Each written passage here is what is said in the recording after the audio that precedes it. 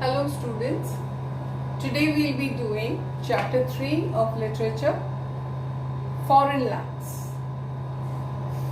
I will first read the poem for you. The word meanings are given here. I will click a picture of it and put it for you in the group. These are actually extra word meanings, they are not there in the book. These are extra word meanings. I will click a picture of it, don't worry, and I will put it in the group. I'll read the poem for you. The poem is called Foreign Lands by R.L. Stevenson. First paragraph starts up into the cherry tree, who should climb but little me. I held the trunk with both my hands and looked abroad on foreign lands. I saw the next door garden lie, adorned with flowers before my eyes, and many pleasant places more that I had never seen before. I saw the dimpling river pass and be the sun's blue looking glass. The dusty roads go up and down with people trampling into town. If I could find a higher tree, further and further I should see, to where the grown-up river slips into the sun among the ships, to where the roads on either side hand lead onward into fairyland, where all the children dine at 5 and all the playthings come alive. This poem is written by R.L. Stevenson and it's about a small child, a little child who is never left probably his home. He's never been taken out. He was there all his life and he had never seen a land beyond that. Beyond, you know the meaning of the word beyond, right? Out other than the land there, he had never seen anything that other than that. The first paragraph is up into the cherry tree, who should climb but little me. So these words, little me, tells you that this was a little boy who's talking about. A little boy who should climb. He climbed up a cherry tree to see beyond that garden of his. I held the trunk with both my hands and looked abroad on foreign lands. So he climbed up the cherry tree. He's sitting up on the cherry tree, holding on to the trunk of the cherry tree, and he held very tight with both his hands and he looked abroad outside the walls on foreign lands. Okay. The word meanings are given here. Foreign means strange or unfamiliar. Trunk, you all know what a trunk is. A trunk is a woody stem of a tree. Abroad, a foreign country. Pleasant, a sense of something which gives you a sense of satisfaction. Okay, again, up into the cherry tree, who should climb but little me. I held the trunk with both my hands and looked abroad on foreign lands. Okay. After sitting on the cherry tree, holding on to the tree, he was secure over there, sitting. And what did he see outside? He saw the next door garden. He saw the next door neighbor's garden. And what did he see? He felt that the garden was adorned. Adorned, the word meaning is given in your book at the end, is decorated, covered, beautifully covered, adorned with flowers before my eyes. So he sees it with his own eyes the first time. Probably he's heard stories about that, but this is the first time he hears about it. And he was so happy about it. He saw it with his own eyes, adorned with flowers before my eyes, and many pleasant places. Pleasant, I told you, a place, anything that gives you a sense of satisfaction. and many pleasant places more.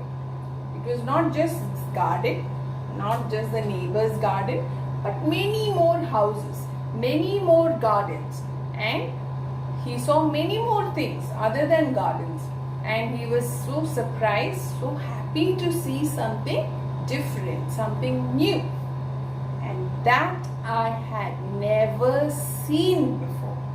So the only thing all his life till his this age, he has seen only his garden, his parents, his relatives, his whoever there in his house, nothing beyond that.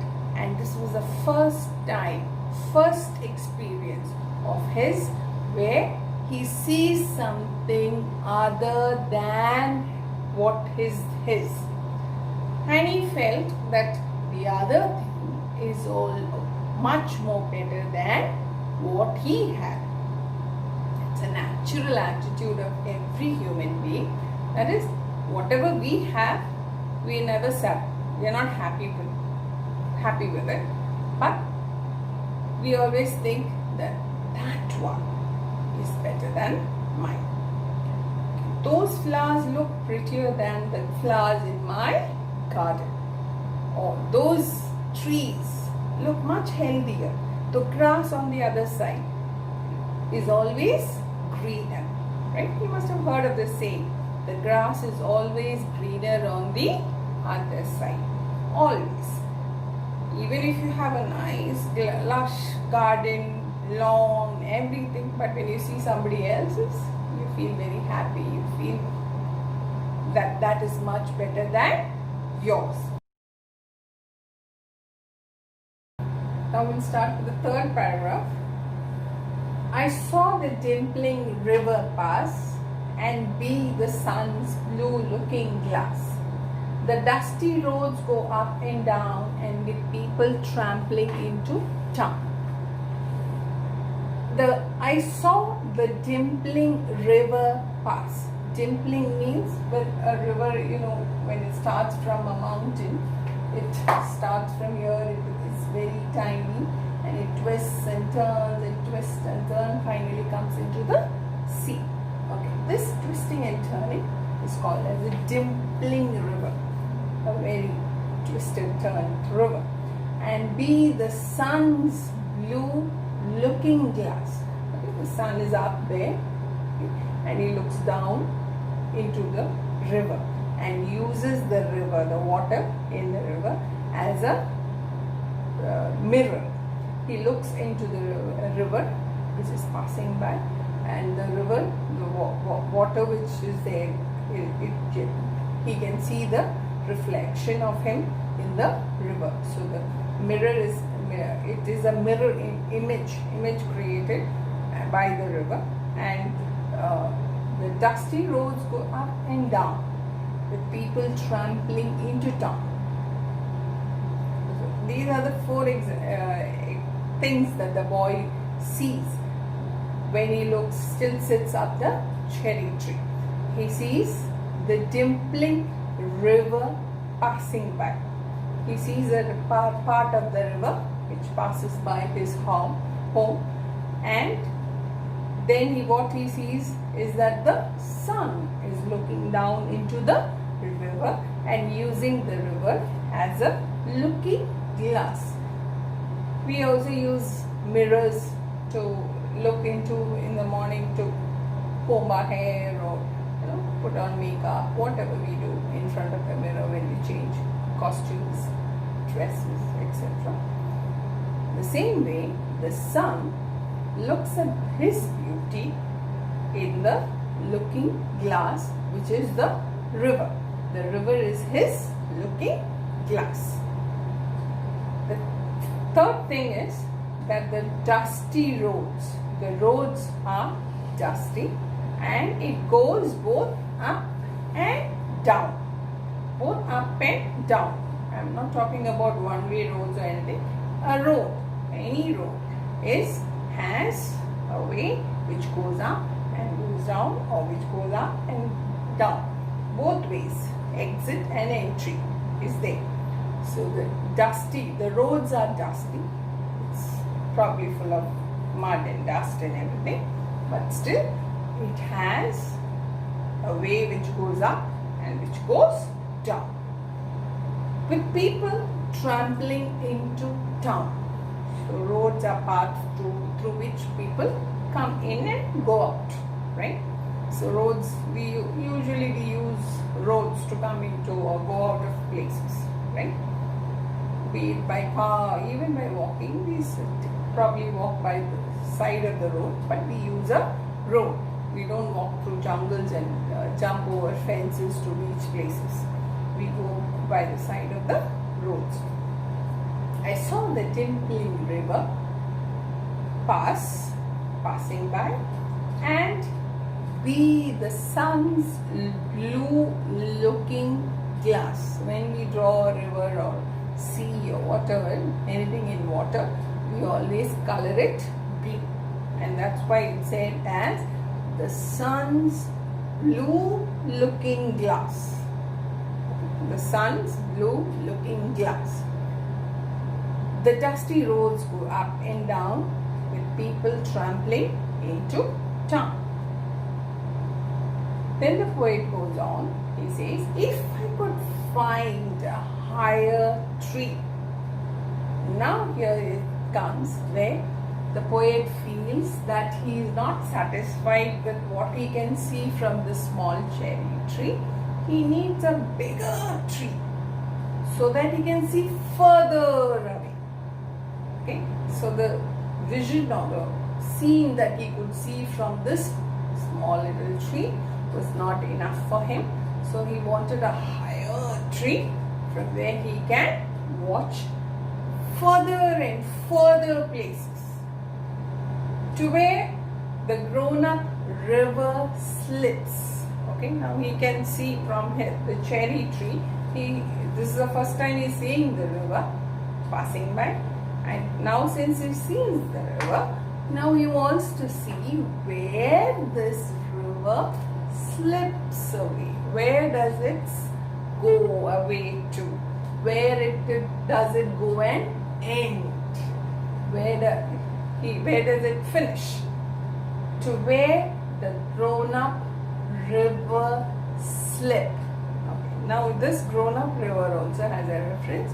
When a river is born from among the mountains, right? It is very tiny, very small, like a waterfall which falls from the mountain, and then it starts becoming a river, and then it starts moving on and moving on through different terrains, be it rocky mountains, through grassy patches, through deserts, wherever. If you compare that to a human life, you will see the different stages of human beings, right?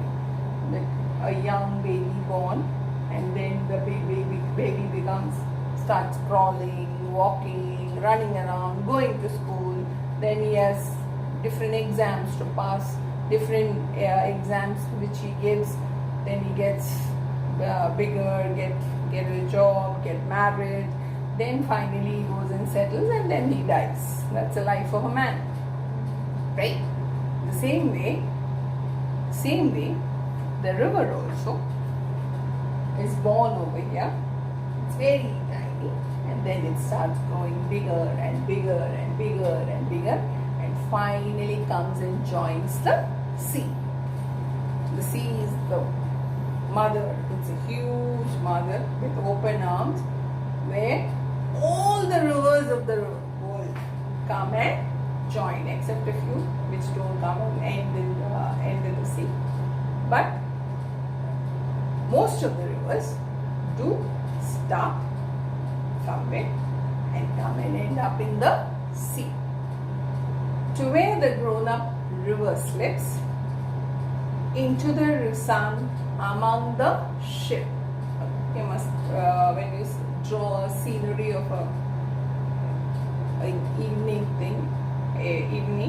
you will draw the sea, the sand over here, and then you will draw the setting sun, and there will be a small ship in front of it, and there will be birds, black birds flying in the air, right?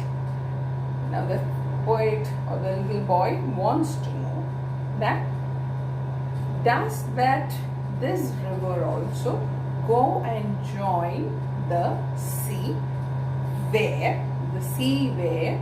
the it goes and joins the sea where there is the sun here with the ship over there, and he wants to see where this river goes and slips away, finish away, right? If I could find a higher tree, further and further I could see, I would be happy to see further and further away to where the grown-up river slips. The grown-up river is the end of the river, into the sun among the ships. I hope you have understood till now. Only have one more paragraph, the last paragraph. To where the roads on either sides lead onwards into fairyland, where all the children dine at 5 and all the playthings come alive. Okay, now this is his fantasy imagination. That is, that he feels that all roads would lead all on both either side of the road. It would lead into fairyland. You must have heard about fairyland. You must have learned in the chapter Peter Pan about Tinkerbell, and she's a fairy and she'll die if a child doesn't smile, and I hope you remember all that. Okay. So the poet says, now where do these roads which go up and down, where do they go? Now he knows that the rivers slip away into the sea, but where do these roads lead to? So he feels that the roads lead to a fairyland where children have their dinner by 5 o'clock. 5 o'clock all their work is over, and then they are allowed to play. And play with what? With toys which come alive, which come to life. You must have watched in cartoons, the Toy Story and things like that, where the toys are given voice and they start walking around and running around and things like that, right? The same way, the poet says he wants to see where these roads are going to, and if there is a place like that, he would want to go where children will all finish dinner by 5 o'clock, and then they will all be playing, because for children playing is the most important thing, right? And all the playthings will come alive. So imagine you're sitting in your room and all your playthings come start playing with you. You don't play with them, they come and play with you, and they run around and jump around and move around. How would you like it? That is a poem written by R.O. Stevenson. A foreign land. A foreign land, a land which is completely different from what he had seen from his beginning. Thank you. Have a nice day.